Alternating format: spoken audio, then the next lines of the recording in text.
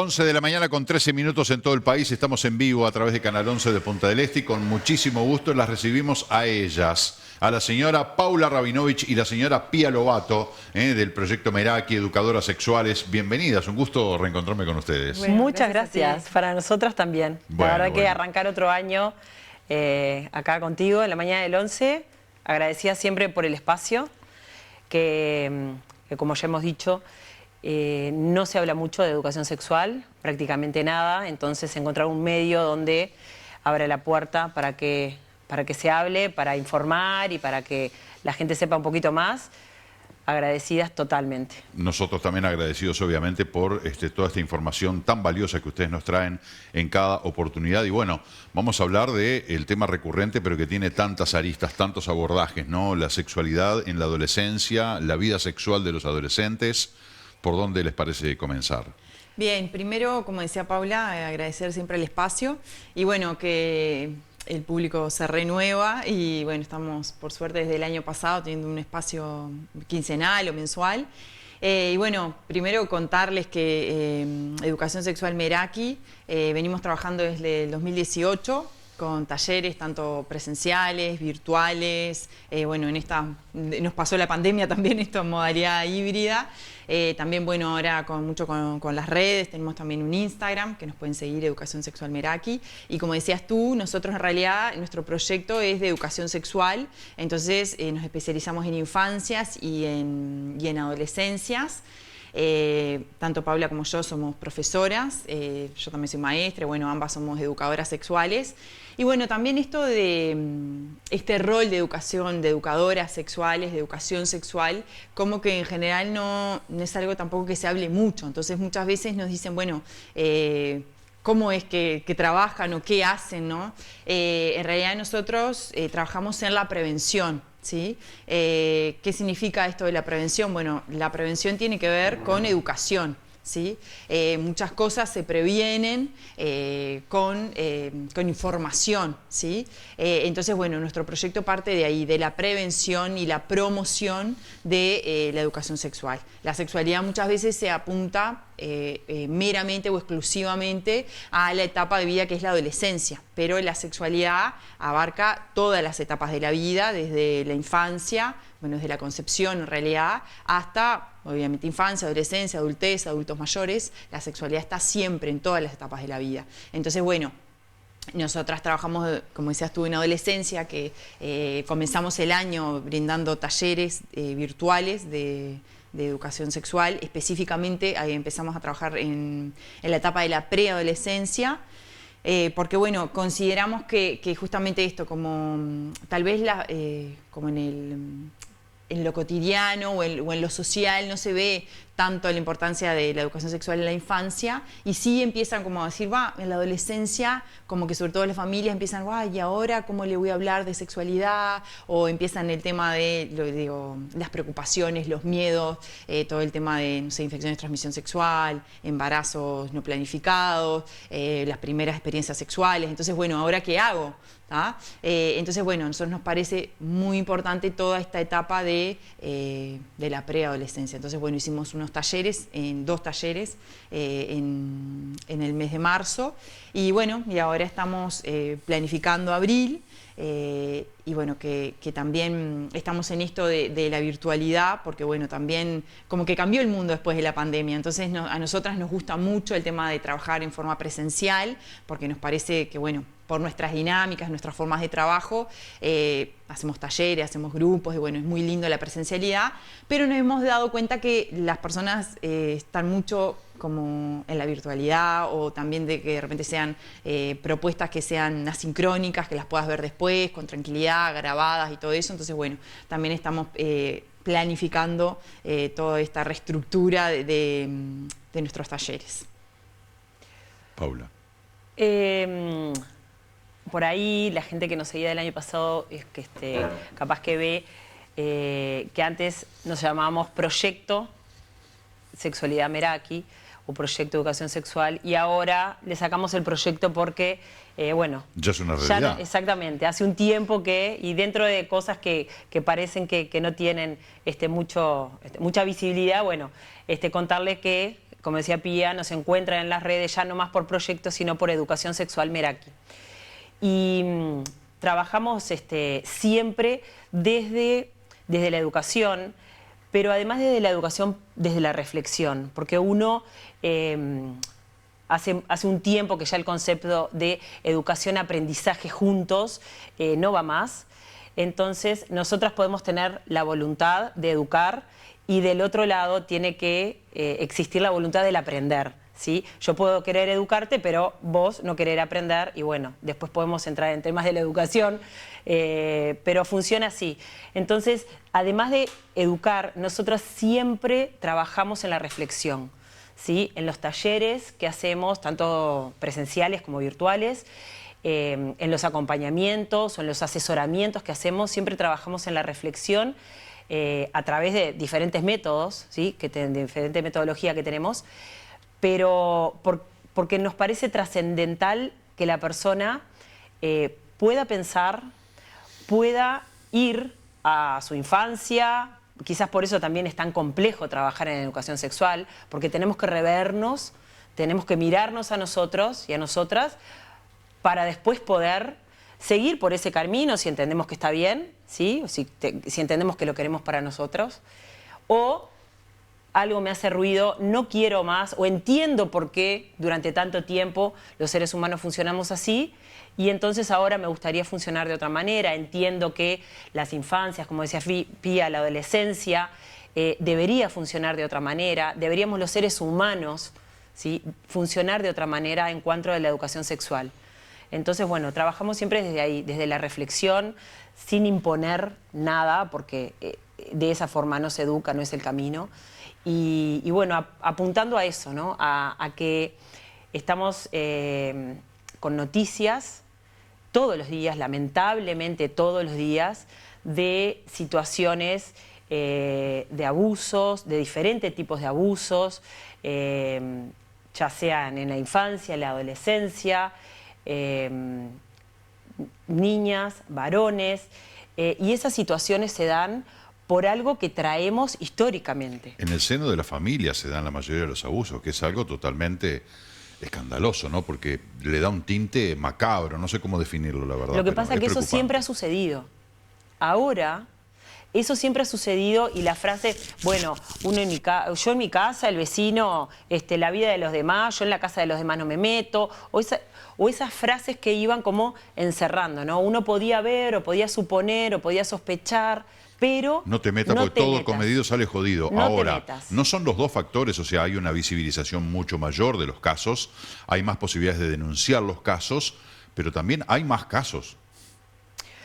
Me da la sensación. Estadísticamente nosotras no tenemos siempre nos gusta traer datos que son científicos, ¿sí? Y sobre todo de Uruguay, ¿tá? Estadísticamente eso no lo tenemos. Lo que podemos intuir que solamente nos parece que hay más porque se visibiliza y se denuncia, y porque de repente ahora en la escuela quizás la maestra sabe esos indicadores que observo y digo, acá hay algo que está funcionando mal, entonces trata de intervenir. O en los CAIF o en los centros educativos hay un poquito más de herramientas como para poder, ¿sí? Avanzar en ese terreno. Pero nos enteramos antes, por ejemplo, yo con mis años, la tele se prendía a las 5 de la tarde y habían 2, 3 programas, un informativo que duraba media hora y hablábamos de acá o quizás de Argentina, pero hoy tenemos la noticia del mundo, del lugar que queremos al instante. Entonces eso también parece que, ¿sí?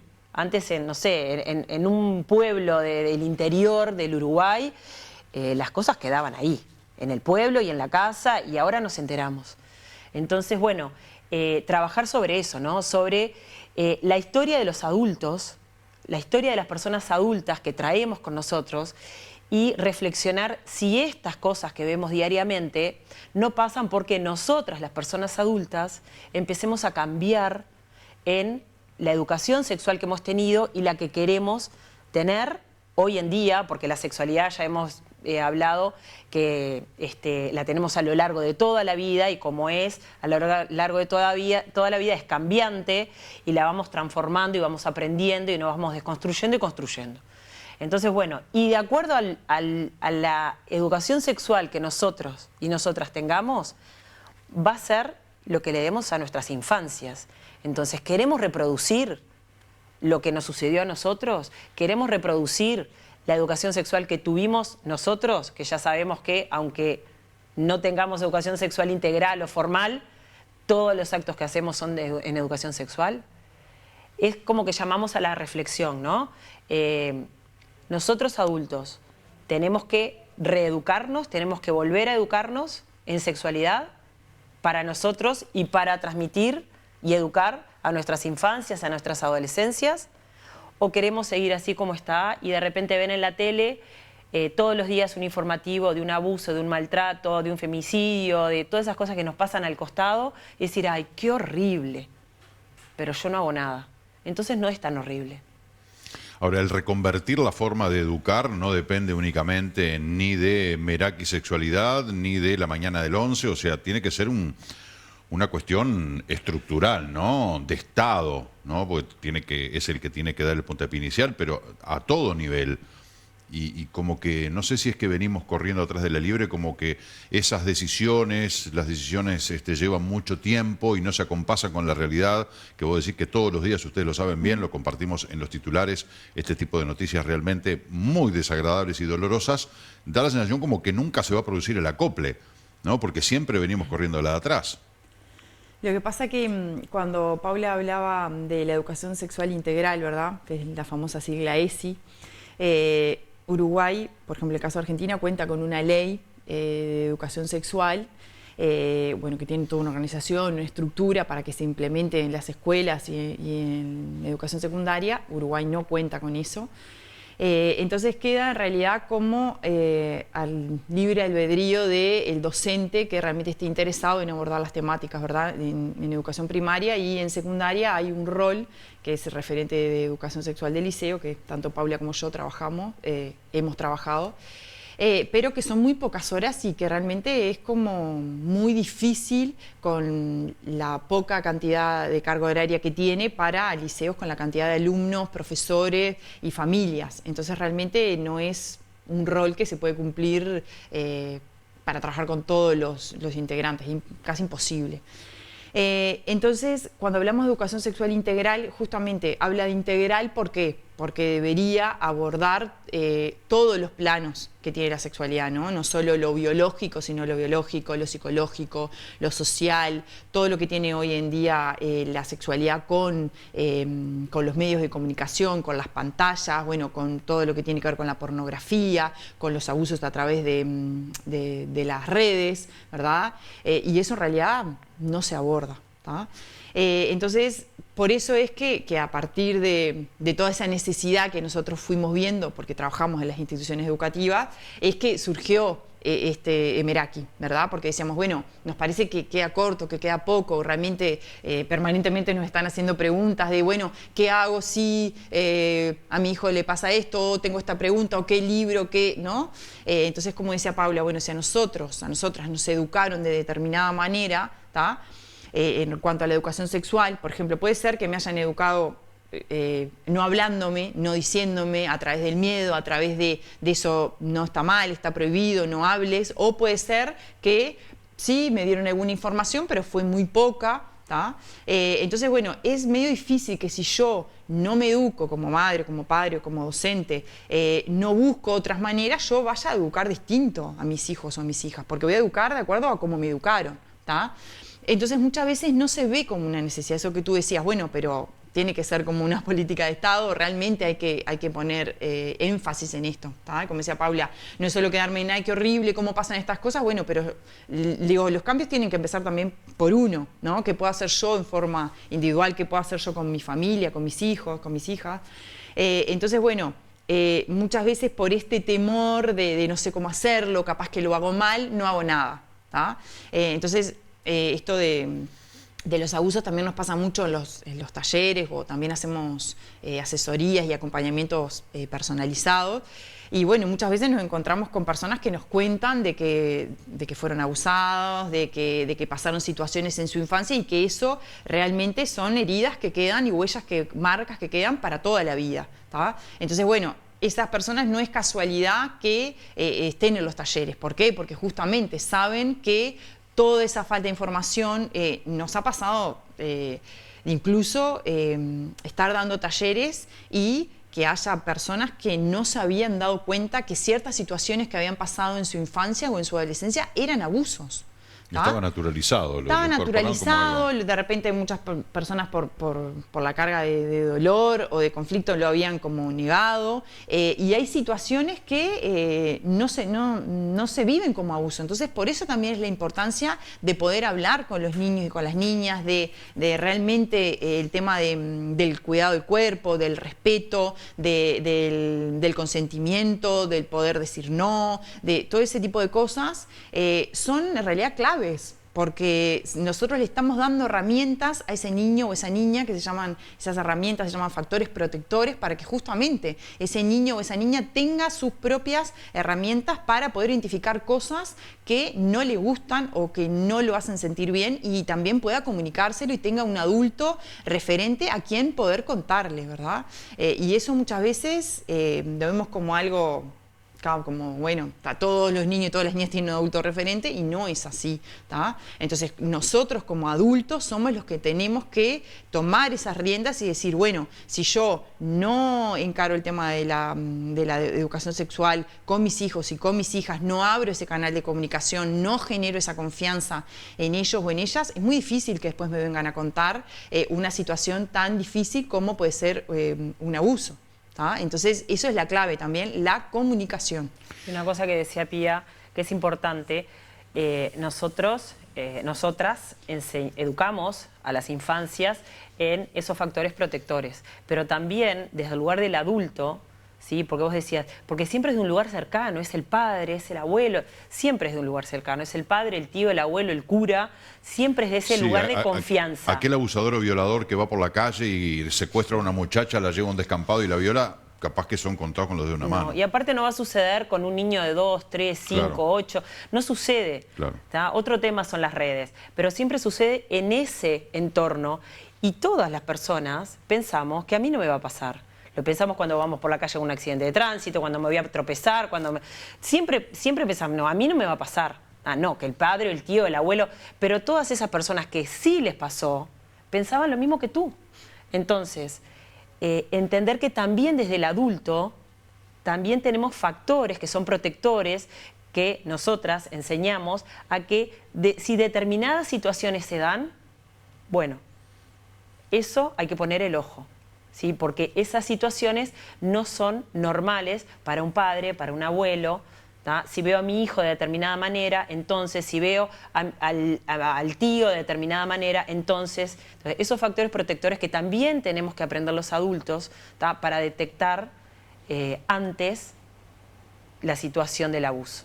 ¿sí? Entonces, bueno, es eso, ¿no? ¿Somos adultos responsables de nuestros niños y de nuestras niñas? La educación sexual sí es un tema complejo, ya hemos dicho, porque lo hacemos complejo los adultos, ¿no? Cuando estamos con niños en una clase o con adolescentes, ellos ven todo con una normalidad que es maravillosa. Nosotros somos después, con eso que hemos aprendido, lo que le empezamos a dar esa vuelta de tuerca y se complica. Pero nosotros como adultos, ¿qué vamos a hacer? ¿Vamos a esperar que, o voy a decir, bueno, espero que no me suceda y me dejo al destino? ¿O quiero una educación para mi hijo o para mi hija, para que viva en plenitud, para que sea libre? Porque también libre es saber poner límites, ¿sí? Es saber vivir donde quiero y donde no quiero. Bueno, por todo eso pasa la educación sexual, ¿sí? Y es a lo que venimos en este mundo nosotras. ¿Qué entienden o qué consideran ustedes que han logrado con el ex proyecto, hoy ya una realidad hace rato, Meraki Sexualidad? ¿Qué consideran ustedes que, bueno, con esta idea nosotros hemos logrado o hemos aportado a qué? Bueno, buena pregunta, ¿no? La primera cosa que se me viene hoy acá es que se hable de sexualidad. Que se hable, ¿sí? Acá hemos tenido, hemos ido a la radio también con un programa mensual, hemos escrito en un semanario mensualmente, entonces que se hable de eso que era tabú y que mejor de eso no hablamos, como una viñeta de Mafalda que, sí, quiero hablar, pero mejor no hablamos. Bueno, que se hable, que se instale y a partir de ahí podemos seguir trabajando o trabajar acompañando eso o esto acompañando nuestro trabajo. Y otra cosa que, gracias por la pregunta, porque la verdad que está bueno, es como, decir qué bueno todo lo que venimos haciendo, ¿no? Y que a veces es como, Pablo dice, es un trabajo titánico porque, claro, es una temática que realmente, por un lado, nos llegan millones de devoluciones de qué bueno, qué lindo su proyecto, pero muchas veces nos pasa que después cuando hay que ir al taller, hay que decir, bueno, me voy a anotar, voy a dar ese primer paso, muchas veces hay muestra, ¿no?, que todavía sigue siendo la sexualidad un tabú porque da miedo, lo dejo más para adelante, o tengo otras prioridades, o no es tan importante. Con las instituciones educativas. Las instituciones educativas. Nosotros hemos hecho un trabajo muy intenso, invitando a las instituciones educativas, haciéndonos conocer con las instituciones educativas y la verdad que hay muy poca apertura. O sea, poca apertura sería generosa, capaz en decirlo, porque nosotros a veces pensamos que... Nos decimos que, bueno, que a veces piensan que somos como un bomberito, ¿no? Porque en realidad cuando pasa una situación te llaman y, bueno, solucioname esto, porque realmente no sabemos cómo hacer, pero después de que pasa esa situación no hay una real conciencia de esto, de que sea una educación sexual integral, de que tiene que ser un proceso, que no puede ser una clase y, bueno, entonces dejo tranquilo a la familia, nosotros nos quedamos tranquilos y ya está, ¿no? Y los chiquillos no molestan. O sea, no alborotan en esta temática. Entonces, bueno, creo que si yo pienso desde qué es lo que más hemos logrado con este proyecto, es que las personas que realmente han hecho los talleres tanto presenciales como virtuales, como las asesorías, realmente han visto un cambio. Han visto, primero, que nosotros siempre pedimos devoluciones o una evaluación para poder también evaluar cómo vamos y nos han dicho, ay, la verdad que nos sentimos tan cómodas, o digo cómodas porque la mayoría son mujeres, obviamente está abierto a todo público, pensábamos que iba a ser más difícil, qué cercanas que son, esto es tirarnos flores, pero bueno, la verdad es lo que nos dicen, de que en realidad tenemos una parte técnica, pero que también tomamos en cuenta cómo... O sea, que no tenés que tener una preparación previa para venir a los talleres. Puede venir cualquier persona. Los conocimientos son simples. Vamos a la empatía, a las cosas que le pasaron a las personas. O sea, que tal vez la familia nos diga, la verdad que a partir de que fui a sus talleres pude empezar a hablar en casa, me empecé a dar cuenta que ya hacía un montón de cosas que estaban relacionadas con la sexualidad, me dio más tranquilidad, no tengo que estar pensando que en esto de, no sé, de la sexualidad tengo que andar siempre controlando, ¿verdad? Que eso es una cosa que pasa. Bueno, entonces voy a controlar todo. No, le estoy dando herramientas a mi hijo o a mi hija para poder confiar y que vaya a un lugar y yo esté tranquilo. ¿Por qué? Porque ese niño, esa niña, ese adolescente tiene sus propias herramientas. Y eso creo que también es la clave, ¿verdad? Porque o sea, no es sano que nosotros pensemos que para poder evitar ciertos abusos, ciertas conductas, voy a estar controlando todo el tiempo a mi hijo o mi hija. Bueno, eso es una cosa patológica. Sí, además eso tampoco funciona. Claro, entonces digo, eso creo que también no vas a poder. Es una cosa que nos da mucha satisfacción, ¿no? Como poder llegar a eso, a las familias y que realmente sientan que es algo simple, que todos y todas tenemos ya herramientas, simplemente es ponerle un poquito de luz y, como dice Paula, observar. Porque nadie mejor que las madres, que los padres, que los adultos referentes que conviven con ese niño o esa niña son los que van a poder educar en sexualidad. Sin duda. Entonces, ahí está la clave. Estimadísima, se nos ha terminado el tiempo. Sí. La verdad, un placer escucharlas como siempre, se va volando porque es todo tan nutritivo, todo tan aplicable, tan escuchable, todo lo que nos enseñan tanto Paula como Pía, que realmente lo del principio, ¿no? Nosotros valoramos y agradecemos muy especialmente el poder contar con ustedes, que nos den este conocimiento y que nos eduquen en algo tan importante para la vida de todos los seres humanos como es la sexualidad, que hay que tener muchos cuidados, tenemos que ser educados, pero también tiene que tener la plenitud, el disfrute, tiene que ser una sexualidad responsable y disfrutable. No hay que andar por la vida con pánico del tema sexual, de ay, todo lo que me puede pasar. Entonces lo transitamos en una cúpula, en una cápsula de miedo. Exacto. Entonces, ustedes nos ayudan a comprender, entender, a hacer las cosas bien y también a disfrutarlo. Muchas gracias. Gracias a ti. Nos Gracias a vemos todos. el mes que viene. Con mucho gusto. Gracias. Tenemos a nuestro móvil, Laura nos estaba esperando, seguramente está escuchando lo que estaban diciendo Pía y Paula. Laura, estamos contigo, adelante.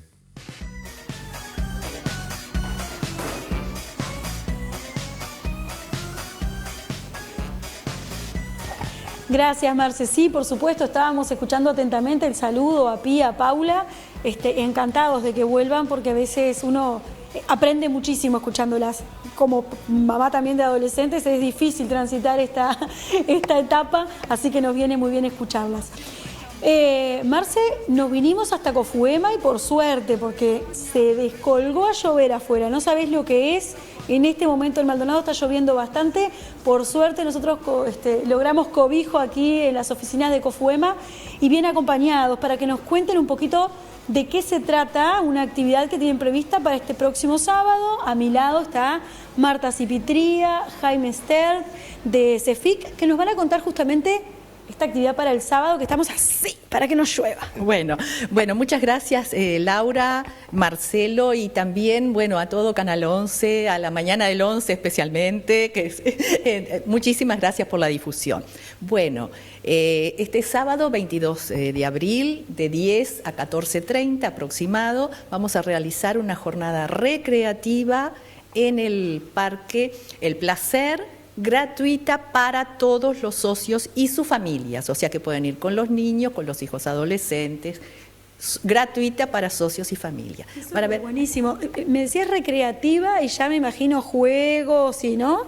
Por supuesto. Va a haber, inflables para los más chiquitos, después va a haber espectáculos musicales, que eso capaz que Jaime explica un poquito. Va a haber una feria de emprendedores de socios de Cofuema, o sea, para conocer, va a estar muy interesante. Una correcaminata, pero no es competitiva, es familiar. Entonces, por supuesto, con todo el protocolo, va a estar una emergencia móvil, por supuesto, cardiomóvil, hidratación, el deslinde antes de la salida, está todo muy señalizado. ¿De cuántos kilómetros? Nosotros tenemos el recorrido es de 1, pero el que quiera hacer 2, 3, 4, 5, da más vueltas. Hidratación tenemos, o sea, lo que vamos a brindar en todo el evento va a ser hidratación, el agua. Hay baños químicos, los espectáculos de música va a hablar él un poquito, animadores también, que eso es muy importante. Ya leí por ahí premios. Es que a veces se lo dejo a Jaime. A ver. Jaime, que esta es una actividad, Marce, te cuento a ti y a los televidentes, que se viene preparando hace bastante, Jaime, ¿no? Hace años. Sí. Teníamos preparado, buen día primero y muchas gracias. Esta actividad en realidad se generó antes de que comenzara la famosa pandemia que nos afectó a todos y por la propia pandemia se interrumpió. En ese momento pensábamos en una correcaminata competitiva con todas las normas que se hacen las correcaminatas. Pero luego pasó todo este tiempo en que la gente no nos vemos las caras desde esa época, incluso en las asambleas se hacen por Zoom, entonces hace prácticamente 2 años o más que no. Y se nos ocurrió que transformar esa actividad que estaba pendiente, que ya teníamos a medio preparar, en una actividad recreativa, familiar, que pueda ser un reencuentro de todos los socios de Cofuema y su familia. Y en ese sentido nos pareció que el Placer era un lugar adecuado por toda la reforma que se ha hecho, que está espectacular, con sus sendas de madera para caminar, con los espacios que tiene, tomas de energía. Entonces, en ese sentido estamos organizando esto. Y lo que va a generar, es decir, va a haber un espectáculo que incorpora, además de la caminata familiar, una orquesta que es la de Bambú Band, se llama, de acá de Maldonado, y otro grupo de danza de Maldonado que va a incorporar también con participación de la gente, que es Danzando Ando, de danza contemporánea. Y bueno, y eso va a ser desde las 10 hasta las 2 de la tarde vamos a estar en esa en ese evento. ¿Y tienen que inscribirse o algo, sí, o van directamente? Sí, pueden en el caso de la correcaminata, vamos a hacer la inscripción directo ahí a partir de las 10 de la mañana, aunque también pueden inscribirse por el mail de COFUEMA, de CEFIC de COFUEMA, que ahora voy a explicar lo que es. Y para el otro evento también pedimos que, si bien pueden ir directamente, pedimos que se inscriban, porque como va a haber premios y implica un poco más de organización, sería bueno que se inscriban previamente para tener una idea de cuántos van, aproximada aunque sea. Y la inscripción es al mail del CEFIC de COFUEMA, que es COFUEMACEFIC, CEFIC con C las dos veces, COFUEMACEFIC@gmail.com. CEFIC, hemos hablado muchas veces, ya lo hemos nombrado un montón. ¿Qué es CEFIC? Lo íbamos a explicar al principio, pero quedó al final. El CEFIC es una sigla que significa Comité de Educación, Formación e Integración Cooperativa, que es obligatorio que todas las cooperativas lo tengan. En el caso de COFUEMA se le da una importancia especial a través de la financiación, que es como se muestra la importancia en estas cosas de poder gastar en esto. Y bueno, es la comisión que se encarga de toda la parte de cultura, de cursos de cooperativismo, sobre todo, que son obligatorios para los socios y para los que quieren tener cargos dentro de la cooperativa, en el caso nuestro de comisiones, con el consejo directivo. Y bueno, y todo lo que sea actividad que tenga que ver con la movida de los socios, cultural, integración social, como en este caso, está a cargo de este comité. Y bueno, y creo que con eso queda explicado. Bueno, lo que quería decir que es lo que se me fue en el momento. En el caso de COFUEMA, por obligación, por ley, la ley 18.407 de las cooperativas, el fondo con que se mueve el CEFIC es un 5% como mínimo. En el caso de COFUEMA es un 15%, o sea, un poco para destacar la importancia que le da a este evento, a los eventos que generamos nosotros, mejor dicho. Y además de eso, el Consejo Directivo también hace otro tipo de eventos, con el compromiso COFUEMA, por ejemplo, que va a las escuelas con los composteras a enseñar a tipo de huertas familiares. En el caso nuestro ya tenemos previsto cursos para este año también, bueno, esos cursos que son de formación de cooperativismo y también de formación profesional. Hemos hecho un compromiso social también en el cual COFUEMA invierte, y está bueno también mostrarlo para que los socios entiendan dónde va también esos fondos, ¿no? Claro. Y es importante destacar que el apoyo a los socios implica que esta cooperativa, si bien es de ahorro y crédito, es más que, si por definición de cooperativa es más que eso. Si los cooperativistas son dueños de la cooperativa, pueden tomar decisiones que cambien cursos a partir de las asambleas que se hacen, que es una asamblea anual obligatoria, pero puede haber extraordinarias también para otro tipo de temas, es decir, yo que sé, para cambiar estatutos, lo que fuera. Y también nosotros hacemos encuestas para ver cuáles son los intereses de los socios para poder hacer planificación anual. Entonces, es más que, es decir, no se parece a un banco en ese sentido, si bien tiene cometidos parecidos, pero se trata de que los socios participen y que generen lo que implica el cooperativismo, que es un movimiento solidario, democrático, en fin, que tiene. Y conocemos también del alma solidaria que tiene COFUEMA, sabemos de que colaboran con distintas instituciones que nada tiene que ver con esto, en el ámbito deportivo, por ejemplo, entonces también el agradecimiento para eso. Tenemos que ir redondeando. Sí, bueno, los sorteos, o sea, al llegar va a haber una mesita, entonces está el padrón de los socios, unas compañeras, ahí se les va a entregar un número a cada socio, que no sea, por supuesto, no puede ser integrante de ninguna comisión, ni titulares ni suplentes. Y lo que sugerimos es que lleven almuerzo o algo, porque y mesitas, claro, para hacer un picnic, el tiempo esperemos que acompañe, sí, vamos a pensar en positivo, y mesitas, sillitas que prevean algo de almuerzo, ¿verdad? Sí, claro, que piensen que van a pasar el día en este parque y que, bueno, se va a acompañar con música y va a ser hay inflables y más para los más chiquitos. Sí, por supuesto, sí, hay inflables. Un horario que es de 10 a 2 de la tarde, se pueden quedar todo el tiempo que quieran. Después de este evento, a las 3 y algo creo que empieza la Corre Maldonado, que es cerca de ahí, o sea que pueden hacer una jornada muy buena. Yo les quiero agradecer muchísimo por habernos recibido el día de hoy, y por supuesto que la invitación queda hecha. Vamos a reiterar, sábado 22. 22, el próximo sábado, de 10 a 14:30, Parque El Placer. Perfecto, muchísimas gracias. Bueno, gracias a ustedes y bueno, Marcelo, Laura, bueno, y todo el Canal 11, la mañana. Fiel televidente, Marta. Sí, porque estoy retirada ahora, tengo tiempo. Muchísimas gracias. Bueno, gracias a ustedes. Marce, nosotros, si te parece, volvemos contigo y en un ratito nada más nos reencontramos. Bueno, muy bien, Laura, muchas gracias. Bueno, el saludo para los integrantes de Cofuema, bueno, siempre tan cálidos con nosotros y bueno, ahora sumándolos a nuestra amplia teleaudiencia, ahora que tiene tiempo disponible, como decía Cipitría. Hacemos la pausa, 11:48, ya venimos.